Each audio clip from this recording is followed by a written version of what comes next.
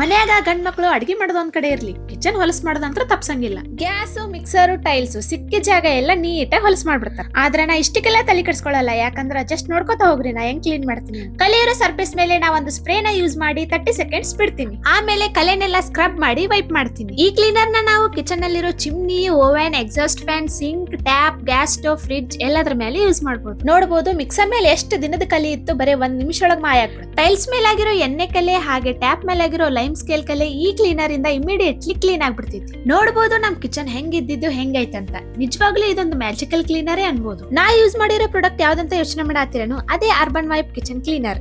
ಈ kitchen cleaner personally ನನಗಂತೂ ಬಹಳ ಇಷ್ಟ ಆಯ್ತು. ನಿಮ್ಗೂ ಬೇಕು ಅಂದ್ರ ಲಿಂಕ್ ಅಂತ ಕಮೆಂಟ್ ಮಾಡ್ರಿ, DM ಮಾಡ್ತೀನಿ.